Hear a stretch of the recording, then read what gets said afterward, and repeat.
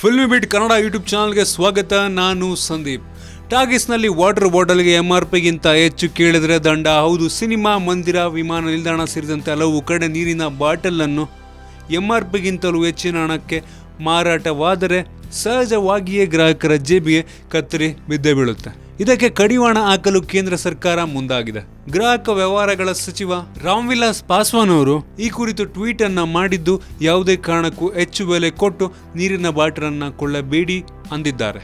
MRPಗಿಂತ ಹೆಚ್ಚು ಹಣವನ್ನ ಕೇಳಿದ್ರೆ ದೂರನ್ನ ನೀವು ಸಲ್ಲಿಸಬಹುದು ಅಂತ ಕೂಡ ಒಂದು ಹೇಳಿಕೆಯನ್ನ ನೀಡಿದ್ದಾರೆ.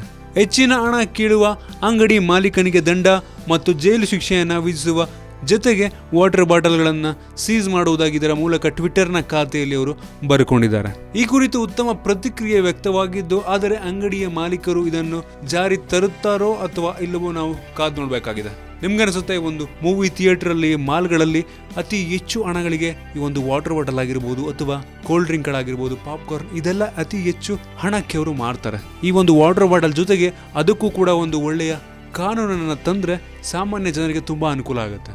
ನಿಮಗೆ ಇದ್ರ ಬಗ್ಗೆ ಅನಿಸುತ್ತೆ ಕೆಲವಡೆ ಕಾಮೆಂಟ್ ತಿಳಿಸಿ. ನಿಮ್ಗೇನಾದರೂ ಈ ವಿಡಿಯೋ ಇಷ್ಟ ಆಗಿದೆ ಅಂದರೆ ಕೆಳ ಲೈಕ್ ಬಟನ್ ಇದೆಲ್ಲ ಅದನ್ನು ಕ್ಲಿಕ್ ಮಾಡಿ, ಶೇರ್ ಮಾಡಿ. ಇದೇ ರೀತಿ ನಮ್ಮ ಬೇರೆ ಬೇರೆ ವಿಡಿಯೋಗಳಿಗೆ ಫಿಲ್ಮಿ ಬೀಟ್ ಕನ್ನಡ ಯೂಟ್ಯೂಬ್ ಚಾನಲ್ಗೆ ಸಬ್ಸ್ಕ್ರೈಬ್ ಮಾಡಿ.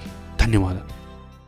ಹಾಯ್, ಎಲ್ಲ ಸ್ಯಾಂಡಲ್ವುಡ್ ಮೂವೀಸ್ ಅಪ್ಡೇಟ್ಸ್ಗೆ ಪ್ಲಸ್ ನನ್ನ ಮೂವೀಸ್ ಅಪ್ಡೇಟ್ಸ್ಗೆ ಪ್ಲೀಸ್ ಎಲ್ಲರೂ ನೋಡ್ತಾ ಇರಿ ಫಿಲ್ಮಿ ಬೀಟ್ ಆ್ಯಂಡ್ ದಯವಿಟ್ಟು ಸಬ್ಸ್ಕ್ರೈಬ್ ಮಾಡಿ.